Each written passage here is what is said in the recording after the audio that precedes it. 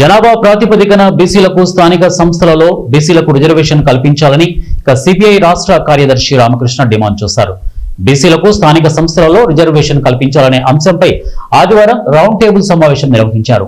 ఈ కార్యక్రమంలో రఘువీరారెడ్డి, కొలన్కొండ శివాజీ, జల్లి విల్సన్, దోనెపూడి శంకర్, కోటేశ్వరరావు, ఇతర ప్రజా సంఘాల ప్రతినిధులు పాల్గొన్నారు. ఈ సందర్భంగా రామకృష్ణ మాట్లాడుతూ జనగణనతో పాటు కులగణన కూడా చేయాలని డిమాండ్ చేశారు. జనాభా ప్రాతిపదికన ఎస్సీ, ఎస్టీలకు రిజర్వేషన్ కల్పించిన విధంగా బీసీలకు కూడా రిజర్వేషన్లు కల్పించాలని అన్నారు. ఈ రెండు అంశాలపై రౌండ్ టేబుల్ సమావేశం నిర్వహించినట్లు చెప్పారు. పక్కన ఉన్న తెలంగాణలో కులగణన అమలు చేశారని, కర్ణాటకలో కూడా ప్రకటించారని, మన ఏపీలో కూడా కులగణన జరిగేలా ప్రభుత్వంపై ఒత్తిడి తేవాలని సిపిఐ రాష్ట్ర కార్యదర్శి రామకృష్ణ పిలుపునిచ్చారు. బీసీ రిజర్వేషన్ సాధించుకునేందుకు ఎలా ముందుకు వెళ్లాలనే అంశాలపై ఈరోజు సమావేశంలో చర్చిస్తున్నామని అన్నారు.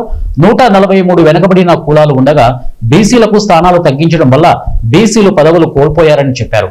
తెలంగాణలో కులగణన జరిగిన నేపథ్యంలో బీసీలకు పదవులు వచ్చాయని, ఏపీలో కూడా ఇదే విధంగా కులగణన చేపట్టి బీసీలకు తగిన ప్రాధాన్యత ఇవ్వాలని తీర్మానం చేశామని పేర్కొన్నారు.